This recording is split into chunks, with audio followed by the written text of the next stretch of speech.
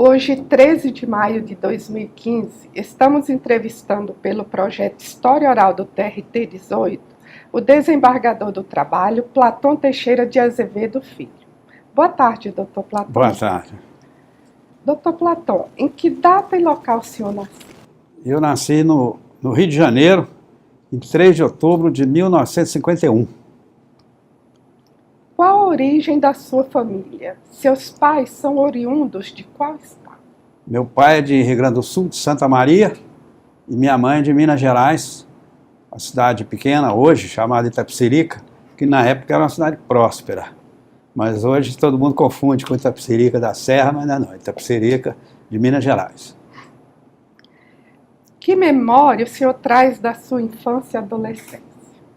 Bom, a infância minha, tanto com a adolescência também, eu tenho boas recordações. A infância e a adolescência de Belo Horizonte, né?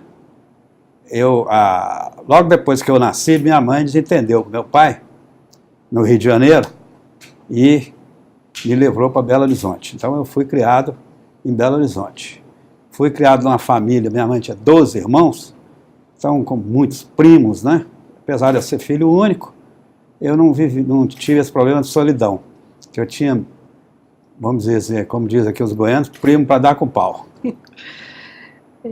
O senhor exerceu algum tipo de trabalho durante a sua infância e adolescência? Não. Eu já comecei a trabalhar depois de velho. Quais as atividades que seus pais desenvolviam? Olha, meu pai, como eu te falei, ele se entendeu com a minha mãe quando eu era ainda bebê, e ele não tive contato com ele mais. Não sei dizer para você se ele está vivo, se não está, que profissão que ele exerceu. Então, minha mãe foi bancária e professora primária ao mesmo tempo. Começava a trabalhar meio-dia, né, no banco, meio-dia às 6, e à noite era professora primária. Ela trabalhava no Banco Hipotecário Agrícola, que depois fundiu com o Mineiro da Produção e virou Benji, Branco Estado de Minas Gerais. E dava aula no grupo escolar Dom Pedro I ou II, agora eu não lembro bem.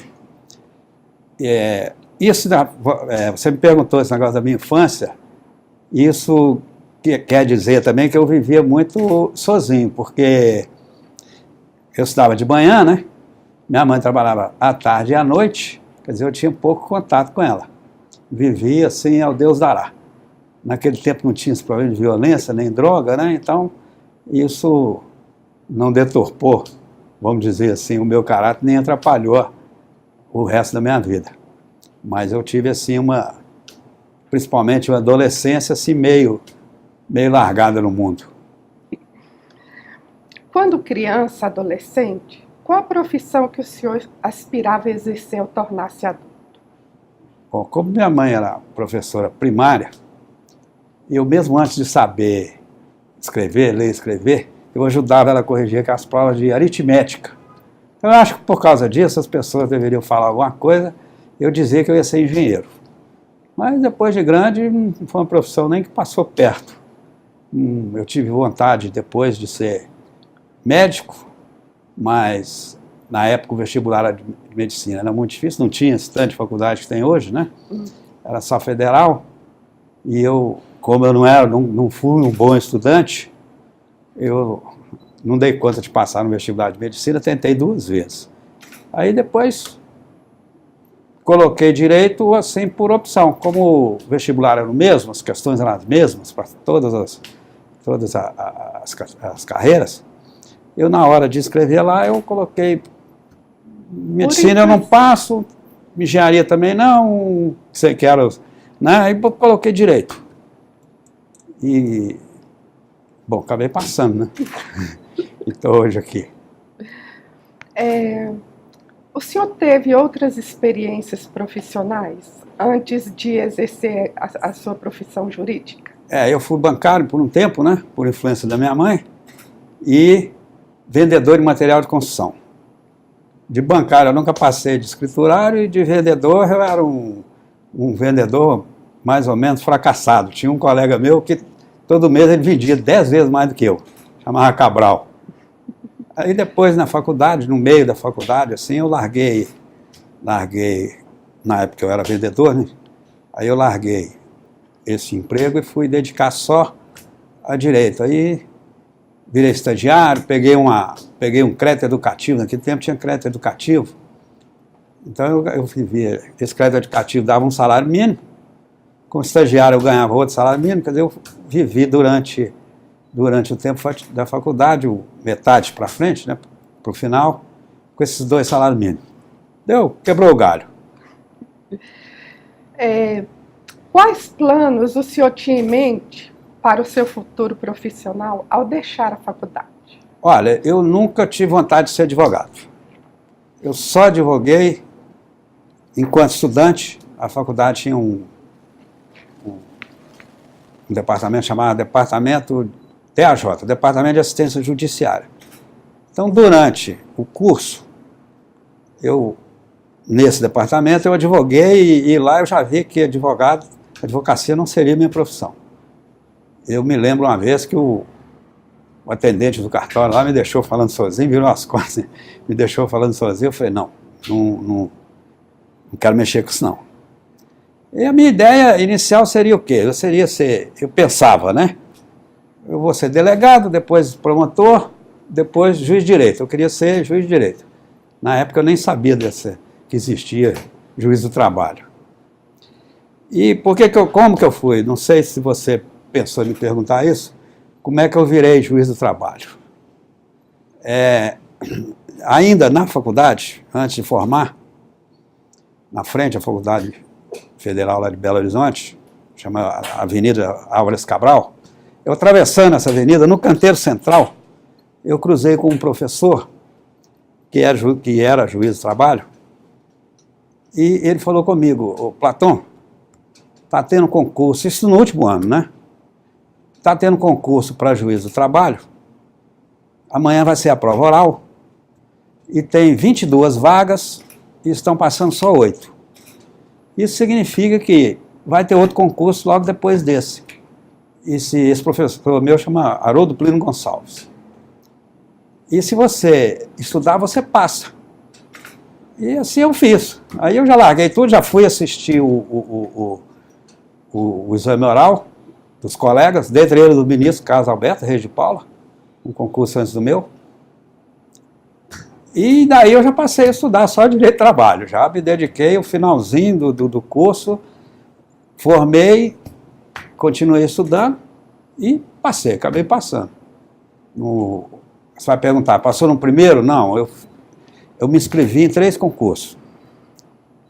No Recife, que eu não passei, foi a mesma época, em Belo Horizonte e no Paraná.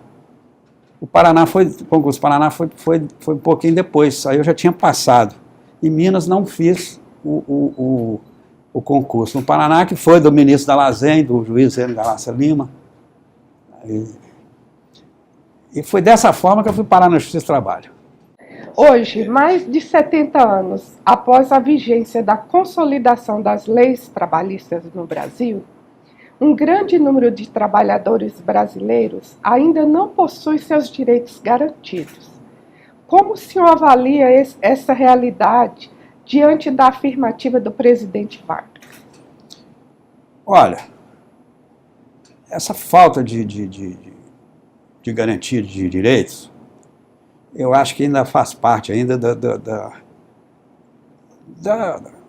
da nossa ordem jurídica, econômica, mais econômica do que jurídica, das nossas dificuldades econômicas. Que o Brasil vai caminhando para assegurar todos os direitos, acredito eu. O exemplo maior hoje é essa questão das domésticas, né? Que está sendo regulamentado agora, daqui uns dias vai ser sancionado. Talvez a categoria que tivesse mais aí, sem cobertura, né, de direitos. Acho que de 70 anos para cá a evolução foi muito grande. Quando eu cheguei em Goiânia, aqui em Goiás, década de 80, início, né? Eu cheguei aqui em Anápolis em 80. Depois de 82 fui indo para Goiânia. Aqui a maioria das ações era para registrar em carteira. Aqui registrar o contrato de trabalho na carteira era exceção, não era o que acontecia normalmente, não. Então, você vê que a coisa está melhorando a partir o Brasil vai melhorando, esses direitos também vão sendo assegurados e mais garantidos, né? Acredito que realmente há 70 anos atrás ninguém tinha nada, não. Mas hoje avançou-se bem. Doutor Platão, só voltando um pouquinho atrás, passou no concurso, tomou posse em Minas Gerais, como que o senhor veio parar em Goiânia? Isso aí teve uma razão. Nós fomos 15 aprovados no concurso. Desses 15, na época, eu era o único homem solteiro. Eu até tinha sido, eles tinham me designado para Belo Horizonte e designado uma colega aqui para Anápolis, que era na época o desterro, né? Era a junta, naquele tempo chamava junta, né? Junta de conciliação, mais longe que tinha de Belo Horizonte. Aí perguntaram se eu queria, na hora, cheguei aqui, nunca imaginei na vida de morar em Goiás, né? Já cheguei aqui e já fui gostando logo dos goianos. Tinha umas brincadeiras aí, quem toma água de Goiás, né, não volta. Gostei demais de Anápolis, fiquei lá de 4 de agosto até o final do ano. Aí depois eu fui para Belo Horizonte, para Brasília, e em 82 me designaram para cá, para Goiânia. E com 2 anos de interregno aí que eu fiquei em Brasília, estou de 82 até hoje aqui. Eu já tenho mais tempo de Goiânia do que de Belo Horizonte, então já sou, apesar de eu ter nascido no Rio de Janeiro, eu nunca me considerei carioca, né? Eu sempre fui mineiro. Então hoje eu já não sou mais mineiro, já sou goiano. Tenho três filhos e 2 netos goianos, um é brasiliense. O senhor sempre pertenceu ao TRT da terceira região? Da terceira região. Como que o senhor optou por Goiânia? Quando eu fiz concurso, eu só tinha 9 tribunais, não tinha nem a 10ª ainda. E em 81 eu fiquei quase que o ano inteiro em Brasília. E Brasília naquela época dava apartamento funcional, e bons apartamentos funcionais. Eu começando a vida, aí eu casei de novo, pela segunda vez, porque eu casei 3 vezes, no papel. Estava começando, né, recomeçando a vida. Ainda sem dinheiro, um apartamento funcional assim era uma coisa que você não podia jogar fora, né? E confesso também uma coisinha, eu me encantei um pouco com a proximidade não digo do poder, mas das pessoas que tinham poder. Logo no início, que eu estava substituindo em Brasília, eu fiz amizade com um juiz chamado Sebastião Machado Filho, e ele me levou na casa dele, e no primeiro dia que eu fui na casa dele, o vizinho dele estava lá. O vizinho dele, nada mais, nada menos, era o Carlos Castelo Branco, aquele jornalista do Jornal do Brasil, um dos melhores jornalistas de todo o nosso tempo. E eu já fiz amizade com esse jornalista, com esse tipo de pessoa. Então, eu me encantei um pouco com isso também. Somada a questão do apartamento funcional e outros menores, quando eles falaram na criação da 10ª, eu falei, eu vou optar pela 10ª região. E assim fiz. Na época, só 3 optaram pela 10ª. Eu, Diogo e Guilhermina, juízes substitutos. A minha intenção era morar em Brasília. Nunca pensei em morar em Goiânia. Mas para ser titular em Brasília, eu tive que passar um tempo aqui em Goiânia. Um tempo como substituto e depois como titular da primeira junta daqui. E eu fiquei 4 anos. Surgida a vaga em Brasília, eu fui para Brasília. Era a minha intenção ir para Brasília. Cheguei lá em Brasília, e aí os brasilienses que me perdoem, eu não gostei de Brasília não. Comparado com Goiânia, eu falei, não tem comparação. De brincadeiras, que a única coisa que Brasília tem melhor de Goiânia é saída para Goiânia, né? Que Goiânia não tem. Aí eu voltei para Goiânia. 2 anos depois eu falei, não, vou voltar para Goiânia. E agoianei de vez, vamos dizer assim. Por isso que eu vim parar aqui em Goiânia. Na verdade, isso não foi planejado, isso aconteceu. Até falar uma coisa de goiano, que todo mundo... Eu digo que o goiano é o mineiro melhorado. Que parece demais com o mineiro, né? O sotaque é pouca coisa diferente, o R. a comida, você tira o queijo e o piqui, o resto é a mesma coisa. Só que o goiano é menos desconfiado do que o mineiro. Verdade. O mineiro é gente muito boa e tudo, mas é muito desconfiado. Dr. Platon, em entrevistas anteriores, percebeu-se que no início, quando este tribunal era jurisdicionado à terceira região, muitas dificuldades foram enfrentadas. Havia falta de pessoal, móveis, materiais básicos como caneta, papel e etc. O senhor confirma isso? E pergunto mais, o senhor percebeu uma melhora acentuada para as JCJs localizadas no estado de Goiás quando da instalação da 10ª em Brasília? Eu acho que a Justiça do Trabalho na época toda era assim, faltava papel. Não sei se é pelo caso de ser tão longe de Belo Horizonte que ela era maltratada, não, sabe? Mas realmente nós não tínhamos nada. Na época, as audiências eram feitas com máquina de escrever e carbono, né? Não tinha esse negócio de computador. Para dar a cópia para os advogados, a cópia da ata, eles tinham que fornecer o papel. A gente era proibido de dar papel do tribunal. O tribunal não tinha condição de dar nem papel, aquele papel de cópia, né? Nem aquilo ele não tinha. Agora, como o primeiro presidente da 10ª região foi o doutor Erácio Pena Júnior, que era goiano, com certeza ele olhou com mais carinho aqui, né? A nossa região.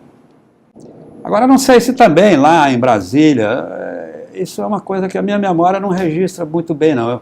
O que eu sei é o seguinte, era ruim, não tinha nada, não. Mas eu acho que não tinha para todo mundo. A Justiça do Trabalho era mais ou menos uma justiça de segunda categoria, né? Na faculdade não era, direito do trabalho não era estudado como os outros direitos. Não sei se isso também ia chegar no orçamento, a Justiça do Trabalho não tinha dinheiro. Então não posso te dizer que se a melhora foi porque passou da terceira para a 10ª, da 10ª para a 18ª, ou se foi uma coisa natural de toda a Justiça do Trabalho. Desembargador, o TRT de Goiás foi instalado em 30 de novembro de 1990, mesmo dia da instalação da Procuradoria da 18ª Região. O senhor poderia nos falar sobre esses dois importantes eventos? Fale da luta pela criação do TRT de Goiás. O senhor se recorda? Me recordo. Bom, a Procuradoria e o Tribunal, né, são como carne e unha, né? Criando um, tem que criar o outro, eles nasceram juntos. A nossa Procuradoria aqui, na verdade, era uma pessoa só, que era o doutor Edson Braz da Silva, né?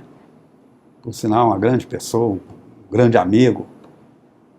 Para a criação do Tribunal, que eu particularmente não participei, as instituições classistas, né, que estavam à frente disso, os sindicatos, e o juiz que estava à frente disso, que correu, foi o doutor Enio Galassi Lima.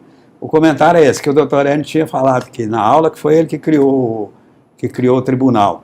Aí o aluno veio comentar comigo, eu falei, não, é verdade, foi ele mesmo que criou o tribunal. Foi o que mais lutou, que correu atrás, que foi... E realmente buscou, né?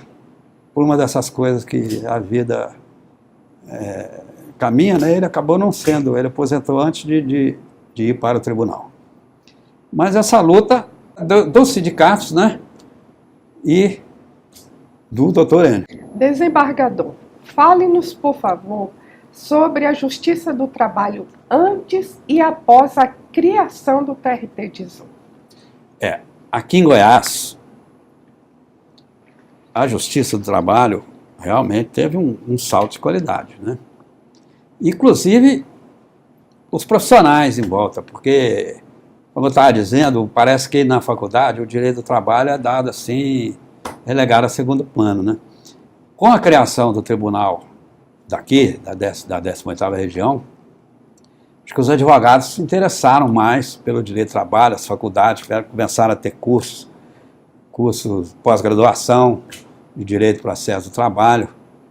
Houve um crescimento muito grande cultural do direito de trabalho aqui em Goiás, com certeza. Tanto que você vê que no nosso primeiro concurso não passou ninguém de Goiás. E a gente tinha um ou outro aí espalhado pelo Brasil afora. Hoje não, hoje a gente exporta juiz, 90%, né, a grande parte dos colegas que passam no concurso aqui são goianos. E fora a qualidade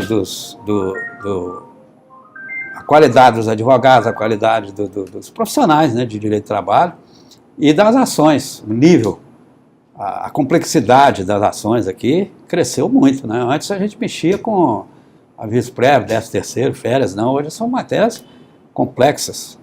O processo do trabalho hoje é muito mais complicado do que o processo civil comum. Não é qualquer pessoa que consegue advogar aqui não. Né? E isso eu acho que deve à criação do tribunal. Com certeza. Doutor Platão, houve manifestação contrária à instalação do TRT de Goiás? Que eu me lembro, não. É aquilo que eu falei, pode até ter tido, mas eu não me lembro, sinceramente. O senhor lembra como foi definida a composição do novo tribunal? Lembro. Inicialmente a composição seria só com os juízes que estavam trabalhando aqui na região. Aí depois resolveram separar metade para o pessoal da 10ª região, né, e metade da 2ª região e metade para a 3ª região. Segunda região por quê? Porque a 10ª região abrangia Mato Grosso, né? Goiânia, Distrito Federal, Mato Grosso. Aí a 10ª, não era da 3ª, como é que é? Agora eu estou fazendo confusão. Porque ficou 50% para Brasília e 50% para Goiás, né? Então, de 4 juízes togados, um por antiguidade, que trabalhava fora de Goiás, né, em Brasília, e, exatamente, não é nada da 2ª região não, a 2ª região foi a criação da 10ª, eu estou misturando aqui. Então a 10ª região era o quê? Era Brasília, Goiás, Tocantins. Aí resolveram inicialmente pensaram em fazer Goiás e Tocantins, depois resolveram fazer só Goiás, que entenderam que porque a Constituição falava que cada estado tem que ter preferencialmente um tribunal regional do trabalho, aí entenderam que não podia criar um tribunal com 2 estados. Então ficou Goiás sozinho e Distrito Federal, né, e Tocantins. Aí pegaram 50% de Goiás e 50% do resto. Desses 50% do Distrito Federal, deram o desembargador Maldonado, por antiguidade, e o desembargador Sebastião Renato Paiva, por merecimento. Aí ficou eu por antiguidade, aqui de Goiás, e a juíza Ialba, a desembargadora Ialba, por merecimento. Os classistas, representantes dos empregados, e o dos empregadores, aqui de Goiás. Né? Agora aí não ficou dividido, poderia ser de Distrito Federal ou Goiás. Né? A divisão era só dos de carreira. Aí veio o desembargador Guedes de Amorim, né? Representante da OAB, e do Ministério Público, ficou vago. Parece que ninguém quis, demorou um pouco a preencher essa vaga do tribunal, do 5º do Ministério Público. Então nós ficamos por muito tempo com 7 juízes só. Né? Naquele tempo chamava desembargador, não, era juiz. Então o início foi isso. Então foi Maldonado, Sebastião Renato, Guedes, eu e Alba, e o Norton como classista dos empregadores, e o Josias como representante dos empregados. Excelência, como foi a reação da sociedade goiana à criação e implantação do tribunal no estado de Goiás? A sociedade, de um modo geral, eu acho que as pessoas não sentiram de imediato a diferença, né? A sociedade classista, sim, toda empolgada, né? Todo mundo reagiu bem. E o melhor que foi do tribunal, que eu disse, que é isso, que o tribunal despertou o interesse na região pelo estudo e aprofundamento do direito do trabalho. Né? Na época nós tínhamos poucos advogados de qualidade aqui, o doutor Dailton, né? A doutora ministra, hoje ministra Adelaide, não vou falar o nome de todos não, que então eu esqueço também, né? Aí depois hoje nós temos vários grandes advogados, né? Tanto de qualidade como de número, muitos advogados e muitos bons advogados. Doutor Platão, os juízes classistas já não existem mais na Justiça do Trabalho. Qual a contribuição que deram à Justiça do Trabalho e como o senhor avalia o fim da representação classista? Olha, essa questão de classista é complexa. Quando eu entrei, em 1980, eles eram chamados de vogais. E eles auxiliavam muito nessa questão de acordo, da camaradagem, do coleguismo. Eles eram muito úteis. Não tinham essa questão de se achar juiz. Então eles ajudavam. Eu tive vogais excelentes, o seu Daniel Viana, o Expedito Bezerra, não da minha junta, mas lá em Anápolis, o Edson, o Túlio, o Edson. Aqui teve o Trindade, o João Ribeiro. Nós tivemos excelentes, e outros mais, excelentes classistas que na época eram, vamos dizer assim, apenas vogais. E eles trabalhavam como vogais, eles não queriam ser julgadores, vamos dizer assim. Eles estavam ali para resolver, que é o objetivo principal da Justiça do Trabalho. Primeiro, é resolver os conflitos, né, entre patrões e empregados. Então, eles trabalhavam muito bem nisso. Eles faziam um índice de acordo era altíssimo. Aí, em 88, mudaram o nome deles para juiz. Eles passaram a ser juiz classista. E aí, parece, não sei porquê, eles resolveram tomar a Justiça do Trabalho dos juízes togados. E eu te confesso que por um tempo eles conseguiram, eles mandaram aqui muito tempo. Só que isso gerou uma reação dos juízes togados. E eles cresceram tanto que, engraçado, eu comentei, quando eles viraram juízes, eles falaram, eles vão acabar. E não deu outra. Uns 10 anos depois acabaram. E eu acho que acabaram por isso. Porque eles quiseram, não só igualar, mas até mandar mais do que, vamos dizer assim, do que os juízes de carreira, e isso estabeleceu um conflito onde eles acabaram sendo vencidos, entre aspas, né? E eu acho, para mim, que o término deles foi por causa disso. Se não tivesse isso, eles estariam aqui até hoje e sendo úteis, e muito úteis, como eles eram. Desembargador, em 1999, Antônio Carlos Magalhães, na época, presidente do Senado, articulou o fim da justiça trabalhista. Aquilo fez com que juízes, servidores, procuradores e advogados que militavam na seara trabalhista se unissem em defesa da justiça do trabalho. Fale-nos, por favor, sobre aquele momento. Olha, eu acho que é um pouco bravata do então senador, na época. Eu acho que ele não queria acabar com nada, não. Ele estava fazendo alguma coisa com algum interesse político, porque político só tem interesse político, né? Porque eu visito a Bahia uma vez, eu fiquei impressionado. Lá, ainda quando eu tinha classista, o presidente do tribunal ligava, ele se chama de Antônio Carlos, ligava para o Antônio Carlos, para que o Antônio Carlos dissesse quem deveria ser nomeado. Ele tinha uma força, ele mandava no Estado na época. Eu acho que era um pouquinho de bravata dele. Agora, eu particularmente nunca tive medo da Justiça do Trabalho acabar, não. A minha pergunta era essa, eu vou fazer o que com esses processos? Né? Queimar, jogar fora? E eu brincava que todo juiz do trabalho queria ser juiz federal. Aí eu falava, se acabar não tem problema não, que eu vou virar juiz federal, vai ser uma vara especializada dentro da Justiça Federal.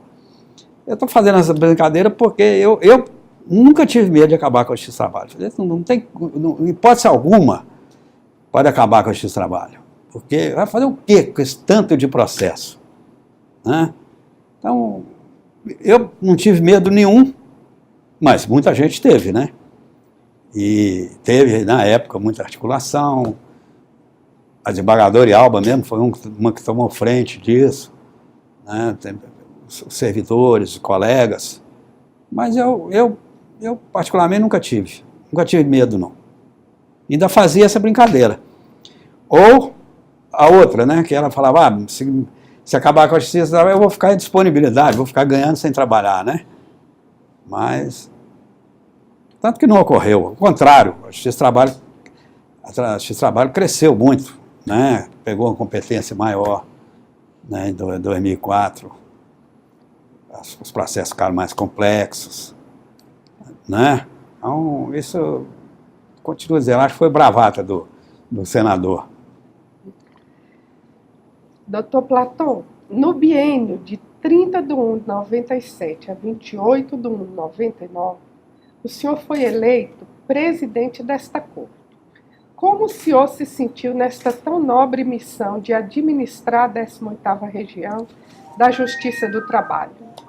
Olha, eu costumo dizer que foram ao mesmo tempo os 2 melhores e os 2 piores anos da minha vida. Melhor por quê? Porque eu acho que eu consegui fazer muita coisa, muito além do que eu imaginava que eu fosse capaz de fazer. E piores por quê? Porque não foi fácil. Eu cheguei a ficar 15 dias sem dormir, né? O estresse é uma coisa louca. Tanto que teve colega nosso aí na presidência, uns 2 ou 3 aí, que quase que partiram dessa para melhor, né? A presidência não é fácil, porque é muito... as pessoas não chegam a você, quer dizer, claro que tem exceção, mas elas não chegam a você, por que você não faz isso, né, para melhorar? Não, elas chegam para pedir alguma coisa, ou para impedir que você faça alguma coisa. E para você administrar, você tem que contrariar interesse. Não existe você fazer as coisas agradando a todo mundo. Não tem como fazer isso, né? Você direcionar, você optou por esse caminho aqui, você vai contrariar muita gente, né? Eles falam que um rei, quando nomeia uma pessoa, ele faz 9 inimigos e um ingrato, né? Então, a presidência é desgastante. E eu tenho um mantra que eu falo, você tem que fazer aquilo que é melhor para o tribunal. Você tem que pensar o que é melhor para o tribunal. Você não pode pensar o que é melhor para o juiz, o que é melhor para o funcionário. É claro que você não pode contrariar o funcionário, ou contrariar o juiz, também não vai te ajudar. Mas ele não pode ser o objetivo. O objetivo é o tribunal. Na época que eu peguei, os classistas mandavam, uma coisa muito complicada, né? Desgastante, mas em contrapartida eu consegui fazer muita coisa e isso me fez muito feliz, né? Então, foram os 2 melhores e os 2 piores anos da minha vida ao mesmo tempo. Doutor Platon, como os demais presidentes, o senhor deu continuidade à expansão do tribunal, com a realização de concursos públicos para juízes do trabalho e servidores, instalação de diversas JCJs, construção dos prédios, como o da Avenida T1, à época destinada às 6 primeiras JCJs, e também os prédios referentes às varas de Tubiara, Lusiânia, Uruaçu e Rio Verde, criação da diretoria de cálculo, almoxerifado, criação do setor de atermação, etc. Fale-nos sobre sua administração e quais foram os maiores obstáculos enfrentados. O maior obstáculo foi esse. O tribunal, ele era mais ou menos como quase todos os órgãos públicos são. Aqui a pessoa se tornava chefe não era porque ela merecia ser chefe, ela era chefe porque é amigo de fulano, o parente ciclano. E isso é uma coisa muito séria, porque desestimula todo mundo, né? Desestimula o funcionário. O funcionário é descompromissado, ele está ali, tanto faz se resolver como não resolver, isso não passa na cabeça dele. E você falou aí, e eu peguei um tribunal, não tinha juiz, não tinha funcionário, não tinha computador. Né? O que nós fizemos? Primeira coisa que nós fizemos. Aí foi até bom eu ser de fora, porque eu não tenho parente, não tenho família, não tenho raiz aqui. O que eu fiz? Primeira coisa, eu mandei todo mundo embora que não era do quadro, os diretores, né? Os DAS na época. Falei, não, a confiança aqui é só do quadro. E isso não foi fácil fazer. Fizemos um concurso que estava parado, que tinha sido anulado, tinha um concurso anterior que tinha sido anulado, uns 4 anos antes, por essas questões de fraude aí que tem em todo concurso. É a mesma turma, viu, gente? É um negócio complicado. Quem frauda concurso no Brasil inteiro é a mesma turma. Então, aqui descobriu, né, pegou umas colas, né? Aí resolveram anular o concurso e ficou parado aí, ficou 4 anos, a gente com requisitados, né? Uma quantidade enorme de requisitados, e com esses chefes que não tinham compromisso com nada. Aí a gente conseguiu retornar o concurso, fizemos o concurso para funcionário, fizemos 3 concursos para juiz, nesses 2 anos nós conseguimos completar o quadro de juiz, e investimos nessa questão de informática que estava começando na época, né? Então, você trabalhava o quê? Sem funcionário, sem juiz, com máquina de escrever. As máquinas de escrever, a evolução era a máquina de escrever elétrica, né? Era chique, não, tem muitas varas ainda, era máquina de escrever daquelas que você tinha que... E com papel carbono, errou, tem que tirar tudo, começar tudo de novo, bater capa de processo. Mas, os obstáculos, eu não tive muito não, assim, obstáculo real, né? Porque eu fui um pouco ditador. Eu fiz muito, baixei portaria de referendo, essas coisas, e não levei para o pleno não, isso pode fazer não, mas eu fiz. Eu entendia na época que se eu fosse muito democrático, eu não conseguiria fazer as coisas não. O que eu fui... por que eu não fui só ditador? Porque eu ouvi todo mundo. Então, eu consegui cooptar os juízes e os funcionários para a gente fazer, vamos dizer assim, a revolução. Mas, na decisão, eu fui ditador. Eu ouviria todo mundo, mas decidia sozinho. Eu acho que não sei, eu acho que se eu colocasse em votação, muita coisa que eu fiz aí eu não conseguiria. Tá? Então, o obstáculo mesmo foi esse. Fora isso, não. Os juízes e os funcionários empolgaram, na verdade. Eu tive uma colaboração de juízes e funcionários assim, fantástica. Mudou o astral do tribunal. Né? Então, o obstáculo eu superei dessa forma, sendo ditador na decisão. Ouvia todo mundo, mas decidia sozinho. Desembargador, em sua administração houve um salto significante na expansão da informática aqui no tribunal, tanto na sua estruturação como na aquisição de novos computadores e softwares, permitindo o acesso à internet a todos os magistrados e diretorias na capital. Observa-se que o senhor era um visionário nessa área. Qual a importância do servidor Humberto Aires Magalhães naquela guinada de procedimento? Não, a importância dele foi total, né? E a gente trouxe o Humberto de Brasília, por indicações, né? De funcionários da área, e o Humberto foi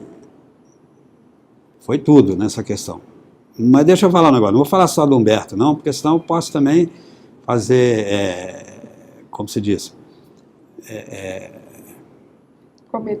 cometer injustiça com alguns funcionários. Então, já que você falou o nome do Humberto aí, deixa eu te falar alguns funcionários da minha administração que foram tudo. Meus braços direitos, né? O Luiz Carlos Costa Silva, que foi meu diretor, que eu trouxe de Brasília também, por indicação do Lácer Barbosa, que falou, leva o Luiz Carlos. O Ricardo Lucena, que foi assessor do Luiz Carlos. Ricardo Lucena foi indicação da hoje ministra Dora Maria da Cruz, que eu costumo dizer que a Dora era meu homem de confiança. A Dora foi importantíssima nessa formação da equipe. Então, eu tenho o Luiz Carlos, o Ricardo, pode falar aí o Eleuso, o Zé Custódio, o Jaci Carelli e outros. Tem outros também, mas aqui agora a memória não é muito boa, não. Mas os funcionários engajaram, né, nessa mudança do tribunal. E sem eles a gente não faria nada, né? Sem eles, os juízes... Aí como é que também a gente trouxe esse pessoal para fazer isso? Tudo na conversa, né? O administrador... Engraçado que eu nunca fiz curso de administrador, não, e acabei descobrindo que eu sou um bom administrador. Para você conseguir as coisas, não pode ser na marra, né? Eu falo assim, tem que ser na manha, quer dizer, você tem que conversar com a pessoa, convencer a pessoa que aquilo é certo. Pô, nem precisa de convencer, mostrar para ela que se a gente fizer aquilo vai ser certo, quer também o que ela quer, né? Então houve uma empolgação de juiz e funcionário, uma coisa assim bonita, né, na época. E conseguimos fazer essa revolução. Mas não foi só o Humberto, não. O Humberto foi essencial, fundamental, mas esses aí e os outros que agora minha memória está falhando. Desembargador, como o senhor avalia a relação da sociedade goiana com a Justiça do Trabalho hoje? E como o senhor enxerga o futuro da Justiça do Trabalho em Goiás? Bom, a sociedade, vamos dizer assim, talvez o empregado ache que o patrão compra a gente e o patrão acha que a gente só julga a favor do empregado, né? Não é bem assim, nem uma coisa nem outra, não acontece nem uma coisa nem outra. A Justiça do Trabalho, ela é protecionista porque o direito do trabalho é um direito protecionista, né? Nas relações jurídicas civis, as partes são iguais, né? Então, o direito trata as partes com igualdade. Já a Justiça do Trabalho, como consumidor, essas coisas, trata uma parte, protege mais uma parte que a outra. Então, a Justiça do Trabalho é, naturalmente, protetora. Mas não é a Justiça que é protetora, a lei é que já protege. Claro que tem uns juízes que são mais protetores do que outros, mas isso é coisa da natureza humana, né? Tem juiz mais empregado, juiz mais empregador, né? O ideal seria que ele ficasse no meio, não fosse nem uma coisa nem outra. Mas como nós somos humanos, né, não existe essa figura de um... A gente procura, mas não existe. Então, acho que a sociedade vê a Justiça do Trabalho com bons olhos, porque é uma justiça que funciona. É uma justiça, comparando com a outra, é uma justiça rápida, né? É uma justiça séria e eficaz. Aqui a gente, se o empregado tem direito a alguma coisa, a gente diz que tem, a gente consegue pegar o dinheiro e dar para ele, né? Não é o neto, não é o filho, o neto dele que vai receber, ele mesmo recebe. Então, isso eu acho que é uma coisa que a sociedade vê bem. Agora tem esses ângulos, né? Quem perde nunca acha que a justiça foi feita, né? Então, não sei se dizer se a sociedade acha que a gente é uma coisa fantástica. Mas, comparando com a outra, com todo respeito aos colegas das outras justiças, a nossa funciona. Futuro da justiça é ser grande na quantidade. Por quê? Primeiro, eu não sei se é verdade, mas eu já ouvi demais isso por aí. E pode até ser verdade. Acho que o Brasil tem mais faculdade de direito do que o resto do mundo todo somado. Nós só não temos mais advogados do que o resto do mundo todo somado porque tem a prova da OAB. Senão a gente teria mais advogado do que no resto do mundo. Essa quantidade de advogados, e tem tanto advogado que você pode ver na televisão, toda vez que tem uma coisa, uma reportagem externa, que alguém vai falar, ou você tem aposentado ou advogado, não sei se vocês repararem. Então, com essa quantidade de advogados, tem que ter ação, eles têm que trabalhar, têm que viver, tem que ter ação. Segundo, o direito do trabalho, eu acho, meu sentir, ele tem muito penduricalho. O direito do trabalho devia ser mais aqueles direitos mais que não pode deixar de existir, como, por exemplo, a jornada, o salário mínimo, esse tipo de coisa. Essas garantias maiores. Mas a nossa legislação, todo dia inventa uma coisinha aqui, um penduricalho aqui, isso gera ação. Outra coisa, a justiça do trabalho, os juízes do trabalho, do modo geral, também inventam o direito todo dia. A cada dia na jurisprudência cria uma coisinha que você nunca nem pensou naquilo, os advogados pedem e o juiz concede. E isso vai gerando conflito, vai gerando conflito. A nossa cultura é de litigiosidade. Você vê que a televisão incentiva você brigar por conta de R$1, R$2. Não estou dizendo que seja certo deixar de lado ou não, mas isso tudo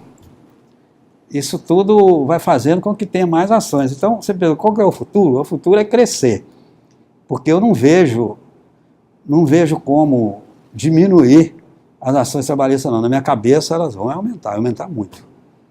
Essas comissões de conciliação prévia, que deveria ser um freio. O que é a comissão de conciliação prévia? Eu acabei de falar, os dois sujeitos do cível, eles são iguais. Então, você termina um contrato e dá lá por rescisão total e restrita, né, plena quitação geral, vale. Se depois você quiser cobrar na justiça, não, você me deu. O empregado não pode fazer isso. Mas a comissão de conciliação prévia, o que seria? Não, ele sozinho não pode, mas ele com o sindicato dele, poderia, né? Criou-se isso, uma coisa que deveria funcionar e reduzir, o Supremo diz que não precisa de passar lá, então não é obrigatório. Então, é uma coisa que está caindo em desuso, está morrendo. Então, você também não tem um freio. Então, o futuro da justiça do trabalho é cada vez maior e talvez pior, porque vai ter tanto processo que você não dá conta, né? Eu tenho medo que ela vire a outra. Se bem que o juiz de trabalho, bom, eu acho que a gente tem um espírito assim mais de resolver as coisas, né? Mas não sei se a gente vai dar conta, não. Excelência, em 2012, entrou em vigor no TRT de Goiás o PJE, visando a continuidade da modernização tecnológica do judiciário, redução de custos e a celeridade dos processos. Ferramenta implantada através de um projeto que se iniciou no CNJ e que tem causado muita polêmica. Como magistrado que vivencia o PJE no seu dia a dia, o que tem a falar sobre essa ferramenta? Bom, o PJE é igual globalização, não adianta você falar dela que ela vai acontecer. O problema do PJE é que eu acho que ele foi colocado assodadamente. Acho. Porque nós tínhamos aqui o SAGE, né, o nosso programa de informática, nosso tribunal já não tem, pelo menos aqui no segundo grau, já não tem papel há muito tempo, bem antes do PJE. E o nosso programa era mais simples e a gente já estava acostumado com ele também, né, quando veio o PJE. Aí chegou o PJE, mais complicado, o PJE não é intuitivo. Você não vai clicando assim e sabendo que isso você vai fazer isso. Alguém tem que te ensinar. Né? O nosso não precisava. Nós nunca tivemos curso de SAGE. Nunca tivemos curso de SAGE. Ninguém nunca me ensinou nada no site. Eu já fui chegando lá, fui clicando, vai acontecer isso, vai acontecer. O PJE não. Se alguém... Tem curso de PJE todo dia. Se a pessoa não te ensinar, você não vai aprofundando, não. Mas depois que você aprende, e hoje, essas questões da capacidade do programa, né, que já está sendo corrigida, eu, por exemplo, hoje já estou gostando do PJE. Tem hora até que eu já estou gostando dele até mais do que o outro. Ele tem algumas coisas melhores do que o outro. Mas eu acho que o PJE foram essas duas coisas que aconteceram. Primeiro que nós tínhamos um que, quando entrou com o PJE, o nosso era melhor, e a gente já sabia mexer com a gente, né? E depois ele, não sei, essa capacidade, né, de dados, não sei como é que fala isso em informática, ele travava. Sumia processo, você dava um clique errado, não sabia para onde o processo tinha ido. Então teve essas duas coisas, ele atrasou muito os nossos prazos aqui, ele travou lá no primeiro grau, então travou muito. Mas eu acho que são coisas mais do passado, não sei, talvez o Humberto responda melhor do que eu. Para mim, aqui no segundo grau, eu já estou gostando dele, já não está tendo problema nenhum não, já não falo mais, já falei muito, mas não falo não. Agora a informática e o processo eletrônico, isso é uma coisa fantástica, né? Hoje a gente não tem processo, não tem processo. Tudo que eu faço aqui, eu faço na minha casa, eu não preciso vir aqui. Eu venho aqui para não ficar bicho do mato, né? Para conversar com as pessoas que eu penso. Porque não precisar, não precisa não, só no dia da sessão. Faço tudo em casa. Eu estava conversando com um desembargador lá de Minas, há um ano atrás, mais ou menos, e eles estavam implantando, lá em Minas não tinha, eles já começaram com o PJE, eles não tinham um programa antes não. Aí eu falando isso com ele, que eu não descia para o tribunal, não ia para o tribunal todos os dias, aí ele falando assim, mas quando você quiser olhar o processo, como é que você faz? Aí eu explicava para ele fez 3 vezes, o professor tinha 3 perguntas dele para ele entender que eu não tinha mais papel, não tinha que carregar aquele mundo de processo. Então, fica o processo fica qualquer um, né, que pode acessar o processo, não tem esse negócio de vista, várias coisas, né? Não tem que carregar processo para lá, não tem que carregar processo para cá. O prazo, você pegar um processo, aqueles processos físicos, né? De uma sessão para outra, além do tempo, do prazo, ainda tinha que registrar, tinha que fazer não sei o quê. Hoje não, clicou, o processo está aí. Isso tudo somado, são ganhos de tempo fantástico, né? Além do que você usa esse negócio de copiar, colar, de outras coisas, né? Jurisprudência, lei, legislação, tudo precisa de mais nada, né? Isso aqui hoje tudo bem que lei eu ainda gosto de olhar no livro, mas a facilidade é imensa. Então o PJE, ele no início travou, atrasou, mas como eu falei, a coisa não tem como você lutar contra isso.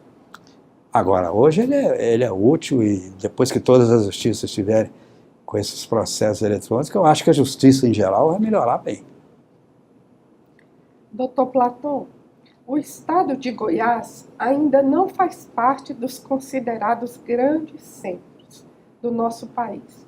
No entanto, o TRT de Goiás, um dos mais jovens do Brasil, é considerado um dos melhores do país, servindo até de modelo para outros regionais. O senhor esperava que chegasse a tal ponto?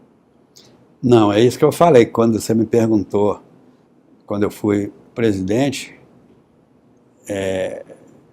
nós fomos muito além do que eu pensava. Lá nesses encontros de presidente, de corregedor, de diretor da escola, que eu ia, eu ficava calado, porque a dificuldade dos outros tribunais, em coisas que a gente já tinha resolvido há muito tempo, impressionante. Nós estávamos realmente à frente de qualquer tribunal aí, sem falsa modéstia, do resto do Brasil.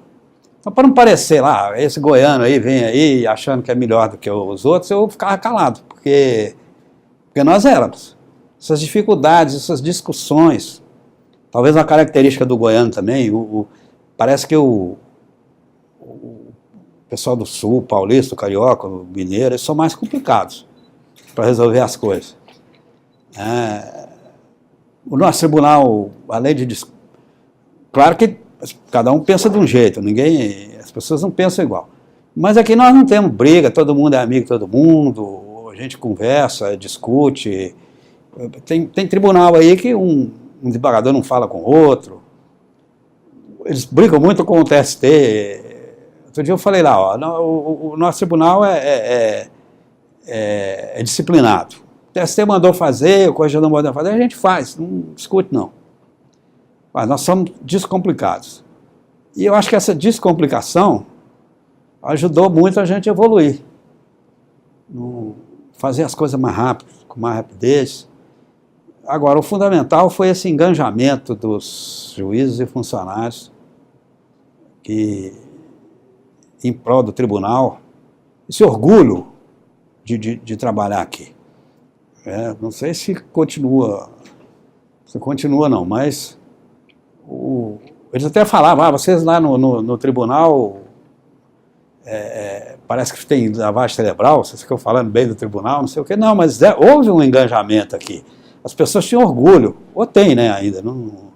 Eu digo isso porque eu me afastei um pouco da administração, apesar de estar na vice-presidência, mas interino, vai ficando velho, vai ficando mais preguiçoso, vamos dizer assim. Fala, não vou entrar muito nessas questões, não. Porque também o tribunal está funcionando bem, né? Nosso tribunal realmente ele é um tribunal que funciona bem. E as pessoas tinham orgulho, né, de bater no peito e falar, não, eu trabalho lá no tribunal, da 18ª região. A razão dele ser forte e melhor é esse engajamento. Excelência, a justiça do trabalho é sempre vista como uma justiça social. É comum ouvir as pessoas falarem que ela é uma justiça pró-empregado, que sempre dá maior ganho de causa aos trabalhadores. Por que há essa sensação na sociedade e por que a justiça do trabalho se difere tanto da justiça comum? Bom, essa questão muita gente confunde, até o próprio juiz do trabalho às vezes se confunde com o advogado do reclamante, ao invés de se achar juiz. Às vezes aqui, alguns, mas é minoria isso, se acham delegados, representantes do Ministério Público, né? E exageram nessa proteção. Mas não é assim, não. Essa é a visão que a sociedade tem. Na maioria, os juízes são ponderados, são equilibrados. Agora, por que a justiça é vista assim? Porque o direito do trabalho é assim. O direito do trabalho protege mesmo o empregado. É a lei que fala que tem que ser assim. Então, isso é transmitido nas decisões. Né? O empregador, às vezes, não se conforma. Questão de prova, por exemplo, a gente transfere para o empregador, que ele é que tem a aptidão da prova. Então, o empregado fala, eu fiz isso, e a lei, o processo do trabalho, não obriga que ele prove que ele fez. Muitas vezes ela transfere para o empregador, não, você que tem que provar que ele não fez. Nos outros direitos isso é um absurdo, mas o direito do trabalho é assim. Então isso reflete no julgamento da decisão e as pessoas acham que é o juiz que é assim. Então, tirando a exceção desses que eu falei, que realmente são assim, que é uma minoria, a maioria não, a maioria simplesmente aplica o que a lei fala que tem que ser. Por que a justiça do trabalho se difere da justiça comum? Porque ela é séria, né, e eficaz, é aquilo que eu falei. Aqui a gente não para o processo nas preliminares, né? Quando eu estava estudando direito, eu só militei, isso que eu te falei, que eu fui advogado, só na justiça comum. E acompanhando os processos lá, eu pensei comigo, o melhor é ser réu, porque os processos não vão no mérito, eles terminam nas preliminares, ou nunca terminam. Então, o autor é um frustrado, né? Então, o melhor do processo é ser réu. Isso foi uma coisa que eu concluí lá quando eu era estudante. A Justiça do Trabalho não, a Justiça do Trabalho, esse negócio de preliminar com a gente, dificilmente a gente para um processo na preliminar. A gente julga o mérito bem mais rápido do que eles. E executa, né? Torna essa decisão eficaz. A gente dá. Tem processo aí que demora 10, 20 anos, mas não é o comum. O comum é que os processos andem rápido. Há pouco tempo aí nós estávamos com uma questão de 97 dias entre a entrada do processo e a decisão de segundo grau. Né? Onde é que você vê isso está na justiça comum? Então, a diferença está nisso, nessa celeridade e eficácia. Não na qualidade do juiz, se um é melhor do que o outro, não é isso não. Mas é o processo, a forma de trabalhar o processo.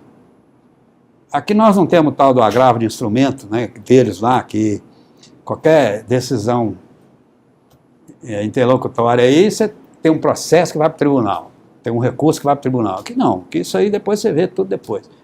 Isso eu acho que é fundamental. Então, o nosso processo, a nossa justiça é melhor por conta disso, diferencia por conta disso. Na sua opinião, quais são os desafios que o nosso tribunal ainda tem para cumprir? Quais os obstáculos que esta corte ainda tem pela frente? O que a gente tem que fazer? O nosso objetivo. Nós somos pagos para quê? Nós somos para julgar o processo rapidamente e para dar a cada um que é seu. Como fazer isso? Trabalhando. Não tem outro jeito. Está trabalhando. Então, os nossos desafios seria conseguir tirar de todo juiz e todo funcionário aquilo de melhor que ele pudesse fazer, né, de trabalho. Mas não é. Eu estou na corregedoria agora, tudo bem, eu fiz só a metade das varas aqui de Goiânia. São muito boas. São muito boas. Então, não sei se tem desafios assim. Eu sei que a gente tem que trabalhar, melhorar a administração, o presidente, o corregedor, é tentar tirar isso do juiz. O melhor deles e dos funcionários. O desafio basicamente é esse, que é um desafio do dia a dia, de toda hora, né? Obstáculos. Conseguir fazer aqueles que não produzem muito, produzir. Então, o desafio é pontual, não é uma coisa geral, acho eu. Desembargador, a Justiça do Trabalho hoje é a justiça mais célere, a mais respeitada e a de mais fácil acesso também. A que se deve isso? A tudo isso. Primeiro, as leis, né? Essas leis, elas geraram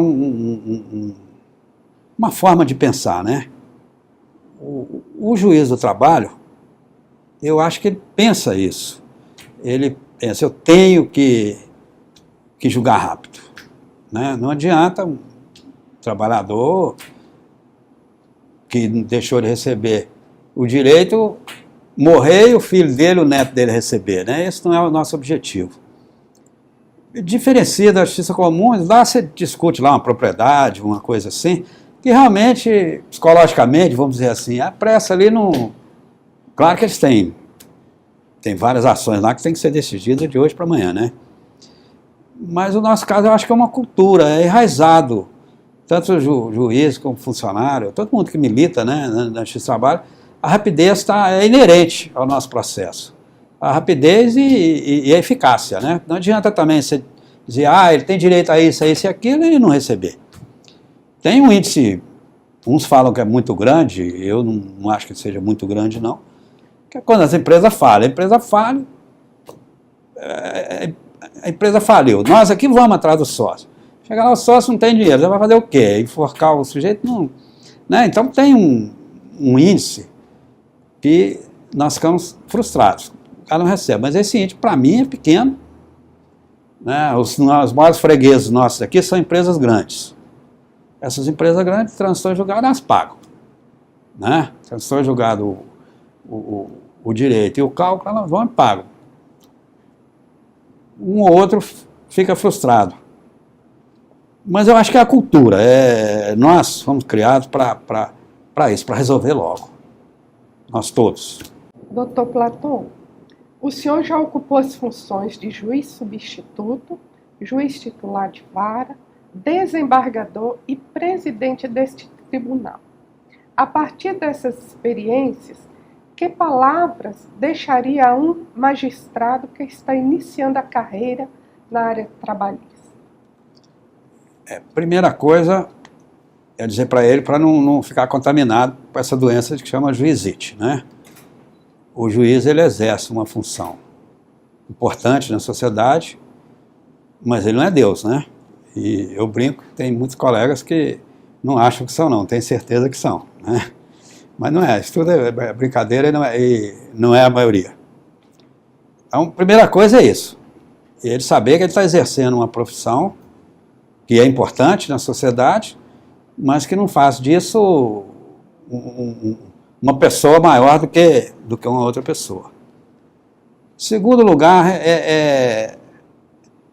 ele entender que ele está no meio entre empregado e empregador. Apesar do direito do trabalho ser protecionista, ele tem que ver, nos casos concretos, a verdade, a seriedade da coisa, porque tem muito empregado, tem patrão também que não cumpre suas obrigações, mas tem muito empregado, às vezes levado por seu advogado, a inventar coisas. E você vê claramente que aquilo não aconteceu. Então ele tem que ter essa visão para poder ser perspicaz e procurar a buscar realmente os fatos. Não basta uma testemunha falar uma coisa, é muito comum, aqui a gente ouve muito, antigamente livro de ponta, esses negócios não valia, porque batia e ficava trabalhando. Aí a coisa foi evoluindo, virou ponto eletrônico, né? Aí ponto eletrônico, você trabalha no computador, bom, se ele não está trabalhando, como é que ele vai provar que está trabalhando?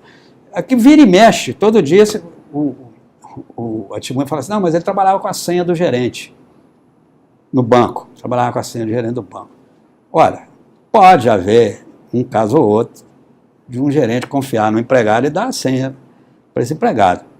Mas eu não vou acreditar que isso acontece com todo mundo. O gerente de banco vai dar a senha dele para o cara pegar o dinheiro daqui, levar para lá, fazer o que quiser. Então o juiz tem que ter essa condição, procurar mesmo, ver se é verdade. Para que ele não passe, ao invés de proteger um trabalhador, proteger um camarada que não é honesto. Quer dizer, ele não pode também ficar chancelando, participando de uma coisa que não é correta, né? E isso é um pouco difícil. Eu digo isso porque eu não era assim não. Tudo que eu estou falando aqui, eu não era assim não. Isso é uma coisa que a gente vem, né, aprendendo com o tempo, a experiência que mostra isso. Como outra coisa, não prejulgar nunca. Não prejulgar. Eu dou dois exemplos de coisas que já aconteceram, não foram em processo não, mas que eu observei. Um dia, lendo o jornal, eu vi que, não foi jornal não, foi conversa mesmo, de uma pessoa contando que a mulher ficou grávida, ela não sabia que estava grávida, ela só ficou sabendo que estava grávida quando ela foi no banheiro e teve a criança. A própria mulher falando isso. Quando eu ia a Belo Horizonte, eu ia no apartamento da minha mãe, ficava no apartamento da minha mãe, e o porteiro do prédio dela era um senhor que não tinha ninguém na vida, ele morava na portaria. E eu, quando eu ia lá, eu estava de folga, né? Às vezes voltava 2, 3 horas da manhã, da madrugada, e esse senhor, que dormia na portaria, ele abria a portaria para eu entrar. O que eu quero dizer com esses dois casos? Se o empregado virar para você e falar assim, não, eu trabalho 25 horas por dia, que é o direito, o dia, né, jurídico nosso tem 25 horas. Eu trabalho 25 horas por dia. Você vai rir dele, né? Como é que você trabalha 24 horas por dia? Você não dorme, você não come, você não faz isso? Mas eu dei esse exemplo desse porteiro, ele trabalhava 24 horas por dia. Porque mesmo dormindo, ele estava à disposição do empregador. Então ele não podia sair dali, ele estava ali, para abrir a porta para quem chegasse. Do outro lado da empregada, tem muito empregador que fala, mas eu não sabia que ela estava grávida. Ah, como é que o senhor não sabia? Não está vendo a barriga? Não, existem essas possibilidades. Eu estou dizendo esse caso extremo porque nem a moça sabia que estava grávida. Mas tem muita mulher que esconde a gravidez. Isso quer dizer, se o patrão vai falar, não, mas eu não sabia que ela estava grávida. Hoje isso não tem importância nenhuma, não. Mas antes tinha. Eu dou esse exemplo para que ele nunca prejugue. Nunca prejugue. Não vai acreditando no que a pessoa fala, sem investigar, mas também não vai ridicularizando a pessoa que está alegando uma coisa que aparentemente você acha que pode não existir. Então, basicamente, esses conselhos que eu dou para quem está começando agora. Doutor Platão, o nosso regional está sempre em expansão. A cada gestão ele cresce mais. Acredita-se que o sucesso e o que faz um tribunal de ponta advém da continuidade administrativa de nossos antecessores. O senhor concorda com essa afirmativa? Ou mais ainda, o senhor apontaria outros fatores? Não, eu concordo com essa afirmativa. Na administração material do tribunal, até naquilo que eu falo que eu fiz a revolução, eu dei continuidade. Essa continuidade administrativa, ela existe, é importante, e é uma das razões também que o tribunal só vai evoluindo. O patrimônio do tribunal, né, o tribunal todo dia consegue coisas melhores, tanto agora esse como é que chama aqui, Fórum Trabalhista, né, você vê que está de vento e popa, a Constituição não para, outras coisas podem estar parando, mas a nossa não. Então, com certeza, essa continuidade da administração existe e é responsável pela nossa evolução. Como o senhor vê a definição pelo CNJ e CSJT das metas aos tribunais? Olha, eu, como administrador, eu nunca estabeleci esse negócio de meta, não. Por quê? Porque o que você tem que fazer? Não, nós temos que fazer o seguinte, é trabalhar o máximo que pode, dar a decisão o mais rápido possível e conseguir que ela vire, na prática, que ela seja eficaz. É isso que nós temos que fazer. Isso não é meta, isso é um objetivo, né? Então você dedicar, fazer tudo aquilo que você possa, o máximo que você puder, para a coisa ande. Só que isso é o ideal, né? A vida não é como a gente quer que ela seja, a vida é como ela é. Então, eu vejo com bons olhos essa questão de meta do CSJT e do CNJ. Pelo menos, vamos tentar atingir a meta, né? Vamos focar tentar melhorar isso e aquilo. Eu acho que no mundo ideal, não precisaria disso, não. No mundo ideal, cada um trabalha o máximo que puder, que a coisa vai ser conseguida. Até porque eu acho que justiça não tem que ficar com esse negócio de entrevista, de saber se as pessoas estão gostando ou não, né? Porque quem perdeu lá a sua causa lá não vai gostar da gente, né? Então, acho que não é por aí. Mas também vejo que não vejo de forma... na verdade, eu acho que isso é bom também, não é ruim, não. Ajuda. Desembargador, o senhor foi um dos diretores da Escola Judicial do TRT 18. A Escola Judicial tem um papel fundamental, que é aproximar os magistrados e servidores dos conhecimentos necessários à prestação jurisdicional célere e de qualidade. Na sua opinião, qual a importância da formação inicial e continuada para magistrados e servidores? Vamos lá, para servidores, não tem o que dizer, tem que ter essa formação, tanto inicial como continuada, porque é de essência, senão ele não vai saber trabalhar, né? Ele até com esse negócio de PJE, se não ensinar, a pessoa não vai dar conta de trabalhar. Então, ele tem que ter um aprendizado no início para saber, pelo menos, o que ele vai começar a fazer, e depois, claro, melhorando para que cada vez as tarefas sejam realizadas de forma melhor e mais rápida. Agora, com relação ao juiz, é um pouco ambígua, porque a escola, igual a internet, igual qualquer coisa, pode ser por bem ou por mal. Por que eu estou dizendo que a escola pode ser por mal? Se a escola enveredar num aprofundamento filosófico e tirar o juiz da realidade, que acontece muito isso, eu acho que a escola acaba até prejudicando. Porque o juiz, vamos dizer assim, inteligente demais e sai do nível comum da sociedade, ele não vai entender muito bem como as coisas se passam. E aí ele não vai ser um bom juiz. Ele vai devagar, ele vai filosofar, ele vai pensar, ele não vai ser um grande juiz. Agora, se a escola direcionar para que o juiz seja uma pessoa ponderada, seja uma pessoa equilibrada, busque saber a realidade dos fatos, como é que as coisas acontecem, como é que as pessoas são. Porque você pode julgar um pedreiro que fala um palavrão com o outro pedreiro lá, diferente do ambiente. Né? Aqui, uma pessoa falar um palavrão com a outra é uma coisa grave. Lá o pedreiro falar um palavrão com a outra é nada, eles falam palavrão o dia inteiro. Né? Um torcedor de futebol fala palavrão o dia inteiro. Isso não é por causa disso que você vai condená-lo. Então o juiz tem que entender essas coisas. Se a escola direcionar por isso aí, ela é extremamente essencial, fundamental e vai fazer o bem. Agora, se ela enveredar para esse campo do que... Isso são questões lá para a faculdade. Devagar, filosofar, isso é antes da lei. Se o juiz for por esse caminho, eu acho que ele não será um bom juiz.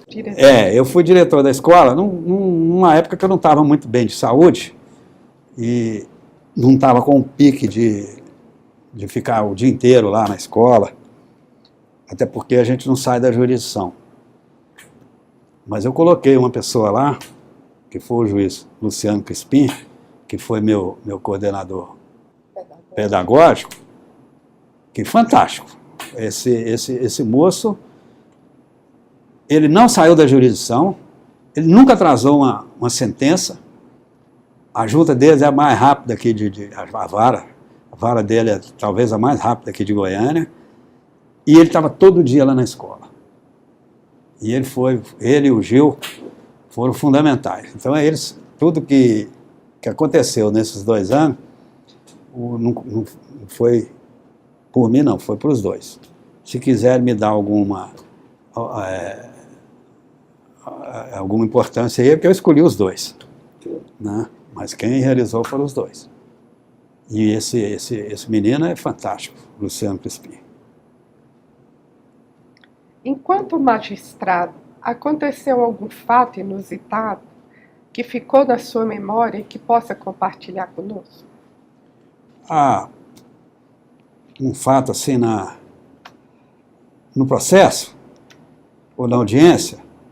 Qualquer um, o mais marcante. Na administração. Eu sou meio... Um processo meu, você pode dizer que marcou? Nenhum. Não me lembro. E na administração, não, também não. O fato da administração que marcou foi esse engajamento das pessoas. Aí eu vou falar bem de mim. Foi um preposto lá de Brasília, que eu estava lá em Brasília. Em Brasília as pessoas são mais carrancudas, né? Um preposto de uma empresa dessa prestadora de serviço, agora eu não lembro o nome, ele lá no meio da audiência lá, ele virou e falou assim: doutor, o senhor é o único juiz do trabalho bem-humorado que eu conheço. Então isso foi, se tem alguma coisa que me marcou, foi isso. Foi, obrigado. Mas um caso assim, não, os nossos casos são comuns, né? Inclusive quando eu trabalhei na junta, os processos eram menos complexos, né? Não, eu de processo assim, eu não lembro. Teve um dia que a única vez que eu dei por impedido, assim, por causa de alguma coisa que relacionou no processo, porque eu sou impedido quando eu conheço a parte, né, como é a coisa. Mas fora isso, foi um reclamante lá, ele falou, foi onde eu perdi um pouquinho a razão, eu virei para ele e falei assim, ó, ou o senhor é bobo, é simplório, ou é muito malandro. Aí eu acabei de fazer essa observação, e falei, não, eu já não tenho mais condição de julgar o processo do senhor. Se eu fiquei nervoso, né, com o senhor, eu já não posso julgar mais. Mas um fato assim, inusitado, não estou lembrando não, sinceramente. Excelência, sua administração foi há mais de 15 anos atrás. Caso o senhor viesse a ser nosso novo presidente, quais seriam as prioridades e qual seria o estilo de administrar? Quando eu fui presidente, eu tinha, eu acho que uns 45 anos. Eu nem era velho para ser desanimado, né? E nem, aliás, não tão velho para não ter entusiasmo, né? E nem estar desanimado com as coisas. Eu acho que foi uma idade assim que eu estava com uma certa experiência, né? Não era tão novo, mas no pique ainda, com todo o gás. Então, igual eu te falei, eu cheguei a ficar 15 dias sem dormir, eu não dormia, ficava só pensando no tribunal, vinha aqui, conversava com todo mundo. Era uma administração, como se diz, acelerada, né? Eu não sei se hoje eu teria um pique desse mais. O estilo, não sei, eu acho que o tribunal cresceu muito também, o tribunal mudou. Eu não sei se hoje eu conseguiria fazer o que eu fiz com o material humano que tem aqui hoje. O tribunal cresceu demais. Naquele tempo você conhecia todo mundo, conhecia. Hoje não tem juiz que eu não conheço, né? Então, não sei se a forma que eu administrei naquela época fosse valer para agora. Não estou muito preocupado em pensar isso, não, porque isso não passa na minha cabeça mais, né? Aqui não tem, nem na realidade, nem na vontade, nem subjetivamente eu quero ser presidente, como mesmo se eu quisesse, não teria como. Então é uma coisa que não passa na minha cabeça. Então talvez eu não saiba responder com profundidade essa pergunta sua.